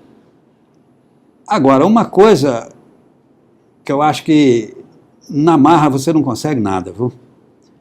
É um negócio, isso aí eu já descobri. Se você quiser ser durão, claro que algumas pessoas, se você também não for durão, também não resolve, é meio complexo. Mas com a maioria das pessoas, você tem que conversar, demonstrar para ela que o trabalho é a melhor coisa, que ela está aí. Nós não ganhamos mal, né? Nós, vamos dizer assim, a gente não ganha mal, ninguém aqui ganha mal. Então, vê que nós somos funcionários públicos, nós estamos aqui para servir. E a pessoa descobrir isso, e nem todo funcionário público entende assim, não. Ele acha muito que ele está ali para se servir, né? Do serviço público. Então, demonstrar para ele que ele exerce uma função importante e que ele é obrigado a se dedicar. Como fazer isso? A maioria na conversa. Uns 2 ou 3, eu acho que talvez seja na marra mesmo. E talvez, bom, não sei, não pensei para te responder isso não, mas eu estou achando, talvez exercer mais esses mecanismos de tirar tanto o juiz como o funcionário que não trabalham. Porque isso existe na lei, mas na prática não existe, né? Você não vê, um caso ou outro, exceções aí de juiz ser colocado, mas por desempenho não existe, né? E funcionário também. Uma vez teve um processo de um funcionário aí de um órgão público, que o relator estava dando ganho de causa dele, que ele disse que era discriminado. Eu estou sendo discriminado porque eu fico numa sessão, uma semana, devolvido e não sei o quê, e o relator estava estava dando de causa para ele. Eu falei, fulano, você já foi presidente, você vai saber o que eu estou falando aqui. Esses funcionários que não param em sessão nenhuma, que nenhum chefe quer por perto, eles não são discriminados. É porque eles não sabem trabalhar mesmo, não querem trabalhar. Aí esse relator falou, não, você tem razão, e mudou o voto dele. Arrumar um jeito de colocar esse pessoal para fora, exercer esses mecanismos que possível, né, você não produz, põe para fora. Isso não é feito na prática. Talvez esses poucos conselhos, mas eu não estou te respondendo por possibilidade, porque o negócio não passa na minha cabeça. Não sei se eu fizesse hoje a mesma coisa que eu fiz na época, fosse dar certo. Talvez não. E não sei o que falar. Chegar para o Aldon e falar, Aldon, faça isso. Não sei. Um mantra. Toda decisão que você for tomar, você tem que pensar o que vai ser bom para o tribunal. Por mais boa vontade que você tenha, você tem que pensar isso. O administrador tem que pensar isso. Se ele não focar nisso, não vai dar certo. Doutor Platão, o senhor tem um filho que também é magistrado. Foi influência sua? Desde o início? Foi influência sua desde o início? A história dele é parecida com a minha. Logo quando ele nasceu, eu desentendi com a mãe dele e sumi. Só que eu não fiquei sumido para sempre. A gente morava na mesma cidade, mas eu não tive influência nenhuma na criação dele. Isso aí foi tudo da cabeça dele. Depois, quando ele formou, ele veio para Goiânia, né? Eu fiquei lá em Belo Horizonte, que ele nasceu em 76. Eu saí de lá em 81. Quer dizer, ele tinha 5 anos, né? Aí eu vim para cá e a gente tinha contatos assim, muito pequeno, muito pouco. Então isso tudo aí foi da cabeça dele, não teve influência muito não. Claro que se me enche de orgulho, né? Mas eu não influenciei ele nada não. Isso foi mérito próprio, pessoal, e eu acredito que nem a mãe dele. Coisa dele mesmo. E hoje ele é um grande juiz, um professor, né? Está fazendo doutorado lá em Belo Horizonte, escritor. Então, hoje ele é muito mais do que eu, né? Então, isso me enche de orgulho.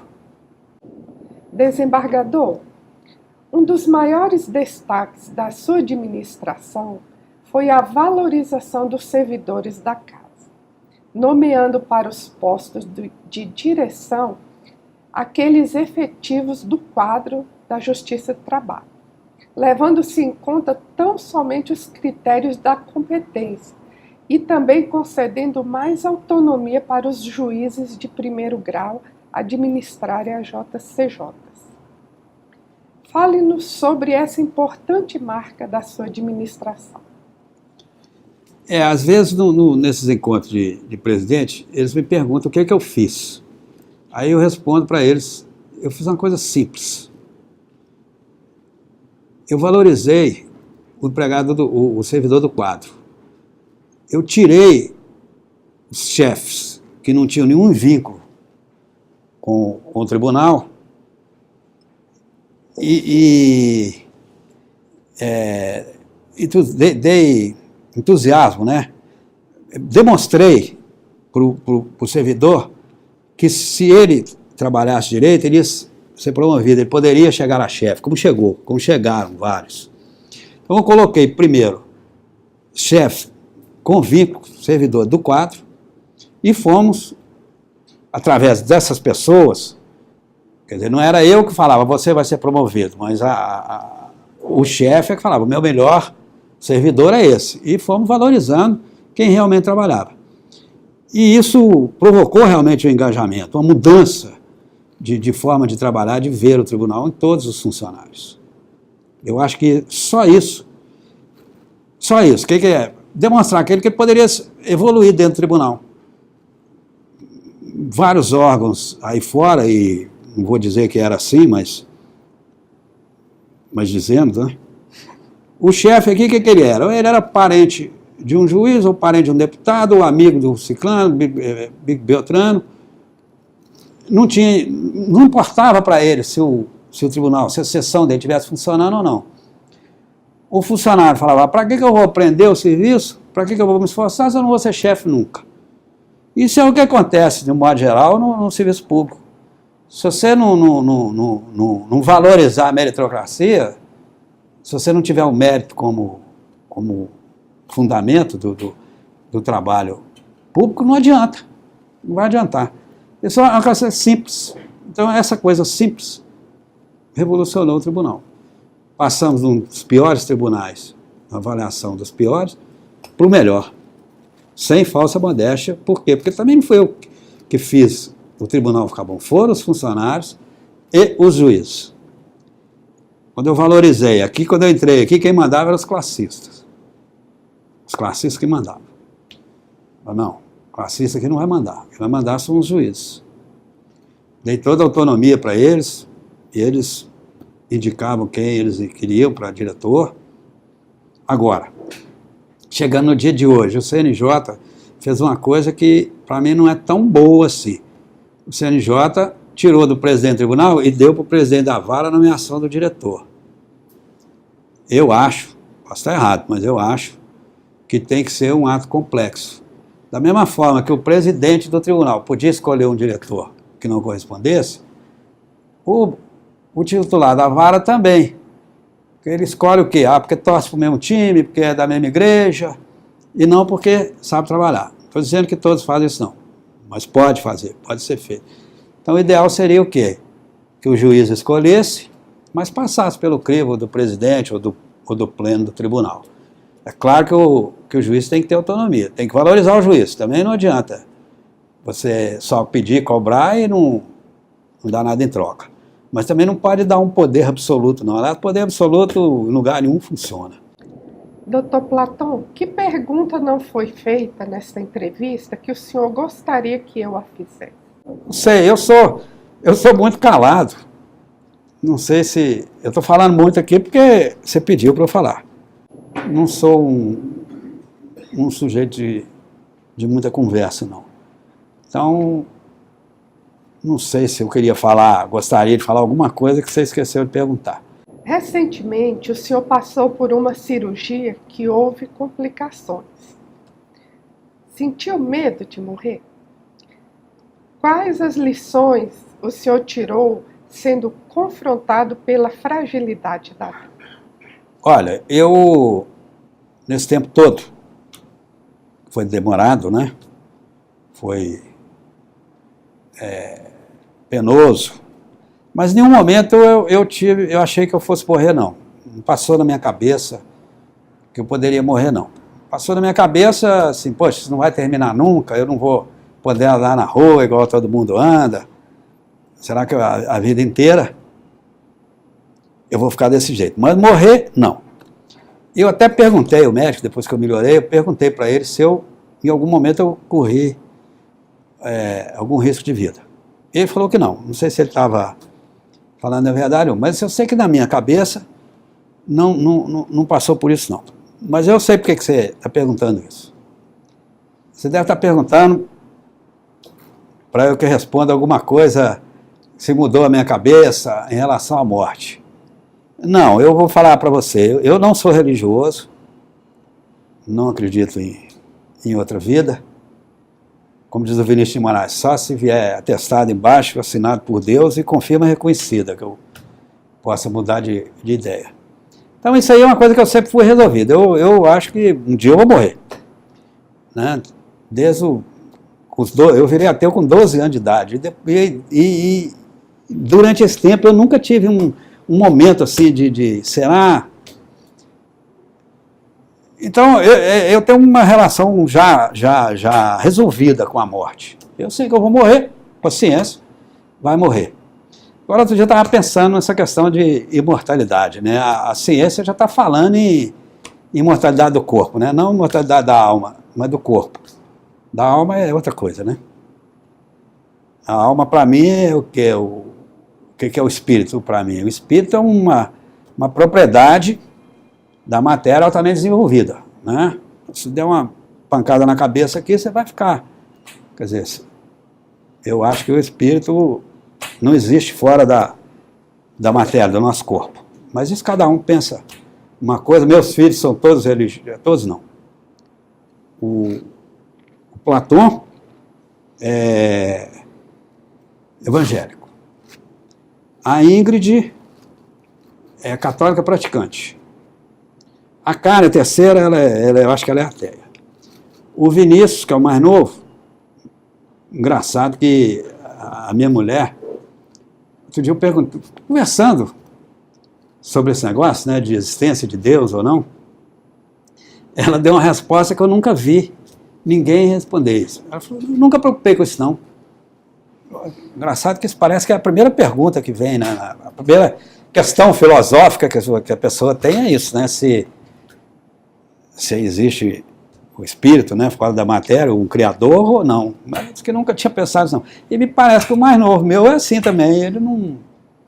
Mas eu estou dizendo isso para dizer que eu não obrigo ninguém a pensar como eu, não. Ao contrário, são todos batizados na Igreja Católica, que é a maioria. Mas voltando lá, a questão da ciência, a ciência já está falando da imortalidade, já tem alguém falando isso, que você pode ser imortal. Mas eu estava pensando nisso, a imortalidade é uma sem graceza danada, tira toda a razão de viver. Você é imortal, você vai lutar para quê? Eu acho que até o amor fica sem graça, porque você vai amar uma pessoa eternamente também, né?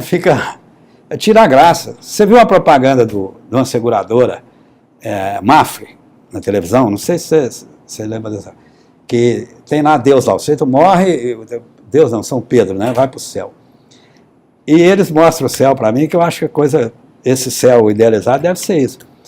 Tem lá uma pessoa tocando harpa, tem uns adultos andando de bicicleta, de rodinha, né, um dançando. O que é isso? Já pensou você ficar a vida inteira andando de bicicleta? Então a imortalidade também não tem muito sentido, não. Eu brinco, falo, não, graças a Deus eu sou mortal, eu não sou imortal. Acho até que a vida poderia demorar mais um pouquinho, porque é rápido demais, não precisa ser tão rápido. Mas essa questão da imortalidade, ela não me aflige, não. Eu trabalho bem com ela, com a morte. O que eu fiquei muita coisa assim que eu fiquei de sonda há muito tempo, né, sem alimentar. Eu fiquei 6 meses sem comer sólido, só para você ter uma ideia. Aí ficava pensando, será que isso não vai acabar nunca? Agora, deixa eu falar também do meu médico, que para mim isso vai ficar registrado aí, para mim ele tinha que ganhar esse prêmio Nobel de Medicina, que desenvolveu esse negócio de cura da diabetes, que eu operei porque eu fiquei diabético. Qual que é o nome dele? Áureo Ludovico de Paula. Doutor Áureo, ele é respeitado no mundo inteiro aí. E ele falava comigo, para não preocupar, para ter paciência, que eu ia sarar. E realmente eu confiei nele cegamente e sarou. Né? Curei, não sou diabético, mas perdi 50 quilos. Né? Ontem lá em casa, o escritório lá em casa é em cima, né? Mezanino não, porque não tem nada em cima. Ontem eu subi de as escadas umas 10 vezes, coisa que eu não conseguia fazer de jeito nenhum. Mas o doutor Áureo falava e eu tive paciência. Ele falava, não, pode ficar que isso vai sarar, você pode ter... Mas aconteceu só isso, será eu com a sonda, será que eu não vou poder comer nunca, igual mortal, sair na rua? Que eu ia no hospital todo dia, né? Ia de carro, ficava vendo as pessoas atravessando a rua, falava, será que eu nunca vou poder ficar andando? Mas passou. Mas não influenciou nessa questão de morte, não. Isso aí é uma coisa que eu convivo bem e sei que um dia, que não vai demorar muito, eu vou partir dessa para melhor, né? Dr. Platão, a escritora de memórias, Esmeralda Santiago, diz em um dos seus livros que um povo sem memória é um povo sem história. Como o senhor vê a questão da preservação da memória através do projeto de História Oral? Bom, a memória, o que é? A memória é você guardar os conhecimentos, né? O homem hoje só tem esse conhecimento porque ele foi pegando os conhecimentos dos outros. Porque se todo dia a gente começasse do zero, nós estávamos lá na pedra até hoje, né? Então, é fundamental guardar as coisas, conhecimento, experiência. Para o tribunal, por que é fundamental também? Para que os outros administradores não cometam os mesmos erros, né? Porque o tribunal não é essa maravilha desde o primeiro dia. Não que ele tivesse um caminho que não fosse o melhor porque as pessoas queriam que ele tivesse esse caminho errado. Não, é porque, apesar dela querer que ele fosse por alcançar o objetivo para que fosse, mas não conseguia, não sabia como chegar lá, né? Então, a importância fundamental da memória é isso, é guardar a experiência anterior, né? Quem é Platão Teixeira de Azevedo Filho, na opinião de Platão Teixeira de Azevedo Filho? Eu não vou te responder isso não, sabe por quê? Se eu ficar me elogiando aqui, vai soar falso. Como diz o Diogo Mainardi, né? Biografia autorizada é propaganda. Então, se eu ficasse...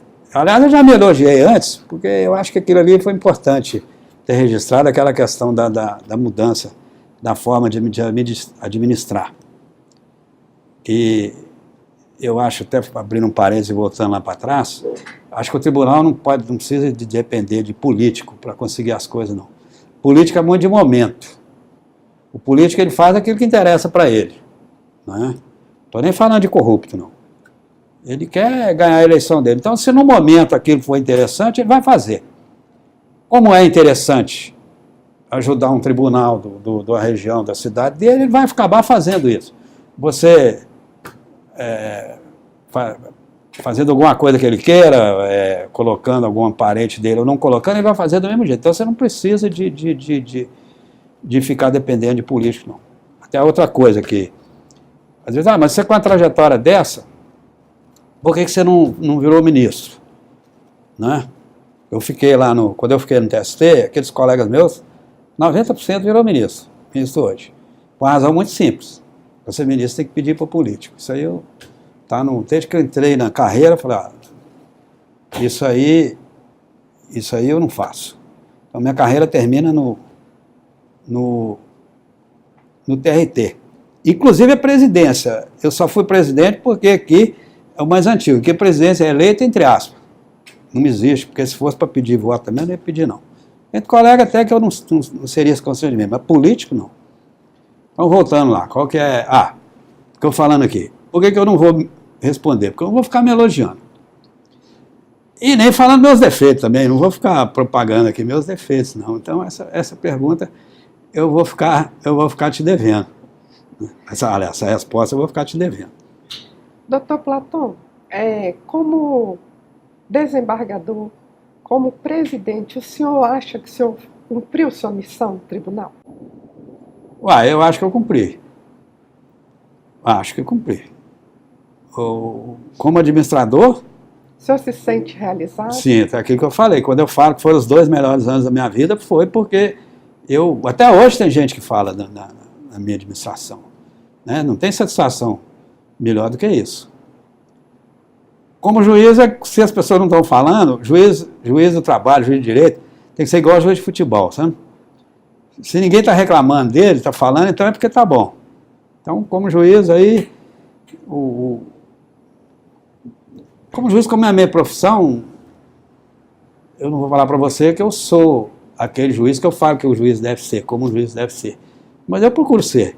Não sei se eu consigo, né? Porque eu ainda pretendo até os 70 anos, ou 75, ficar julgando. Não quero mexer com a administração mais não, mas não me cansa julgar, não. É uma coisa que eu gosto, apesar de ser de gastar neurônios, mas a pessoa tem que ter estresse também, né? Você não pode...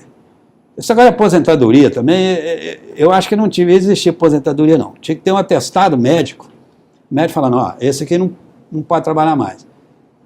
Porque aquela aposentadoria que todo mundo quer de ficar à toa é mais ou menos o céu lá que eu estava falando. Lá. Você fica em casa lá, pega a cadeira de macarrão, põe na frente da casa, fica vendo os carros passar. Isso também não...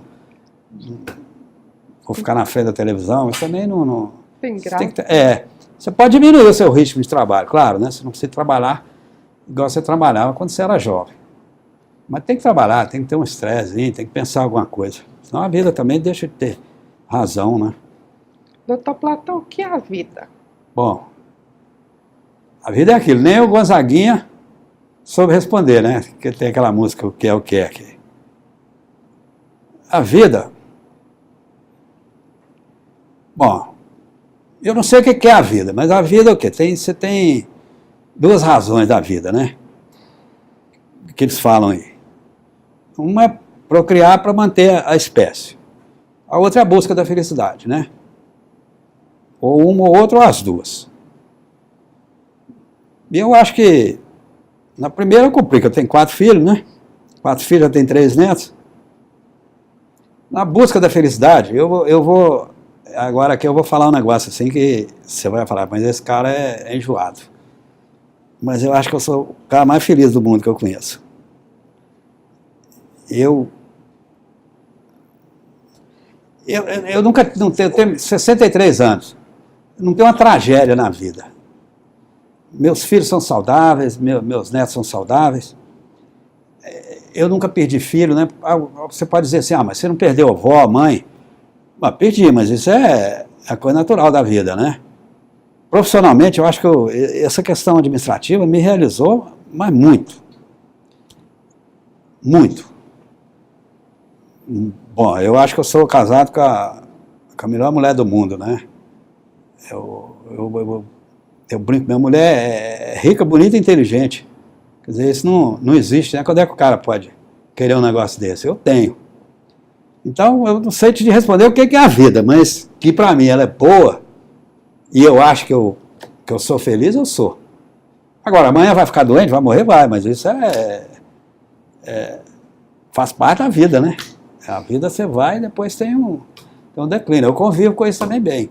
Essa experiência de ficar doente aí, teve momentos que me trouxe uma felicidade. A atenção que a Eliane teve comigo, né, os meus médicos, você descobrir que tem médicos fantásticos, não é só ele não, ele tem mais 2 colegas, e os enfermeiros, quer dizer, eu convivi lá com esse negócio de hospital, e pessoas que não trabalham para ganhar dinheiro, para ficar rico, não, as pessoas são boas pessoas mesmo. Bom. Né? Então, mesmo com essa doença aí, eu tive muitos momentos felizes. E também a felicidade passa por isso também. Você também não vai ficar criando caso com tudo na vida, né? Eu falo um negócio que passa também pela felicidade. Você saber levar desaforo para casa, sabe? Eu morro de tristeza, assim, de ver essa pessoa que fala, eu não levo desaforo para casa. Mas essa pessoa não é feliz. Isso acontece todo dia, o sujeito te dá uma fechada lá, ele não fez aquilo de propósito, só se fez também, tem que ir para a cadeia, mas você não vai ficar, vai para casa, esquece. A gente, todo dia, no dia a dia, você ganha e perde ali, né? Então, você não pode preocupar com coisas sem importância, não. E muito pouca coisa tem importância. Né? Então, é isso, eu acho que procriei e sou feliz, então estou bem. Doutor Platão, a escola judicial, em nome do tribunal, lhe agradece pelos seus depoimentos e quero dizer que seus depoimentos ficarão para sempre na memória desse tribunal. Obrigado. Eu não sei se alguém vai ver isso não, mas se alguém tiver essa curiosidade, existiu um Platão filho, né? E agora tem um Platão neto, que tentou fazer o de melhor. Não fez e melhorou com o tempo. Quando eu entrei aqui, hoje eu sou completamente diferente, né? Em tudo. Na forma de executar, na forma de pensar. Eu acho que isso deve acontecer com todo mundo, né? A evolução. Agora, eu também agradeço o pessoal da escola que fez tudo, ela caminhou, né? Você, o Gil, o menino lá, Matheus, o Abel, outros que fizeram tudo mais ou menos sem mim, né? Na escola eu fui uma rainha da Inglaterra, né? Foi esse momento ali mais complicado, no início da obesidade, depois diabetes e depois, antes da operação também fiquei por conta de muito exame, e depois da operação, depois da complicação. Mas vocês da escola também estão todos de parabéns. A escola nossa também é outra coisa. Lá nos encontros de diretor de escola, porque a escola é isso. Eu falava, gente, mas a nossa escola é tudo isso aí e muito mais. O pessoal está engateando. O que a gente não tinha aqui era espaço físico, né? Hoje nós temos. Mas já as coisas já funcionavam. Ela já funcionava sem o diretor. Mas é isso, obrigado. Obrigado a todos.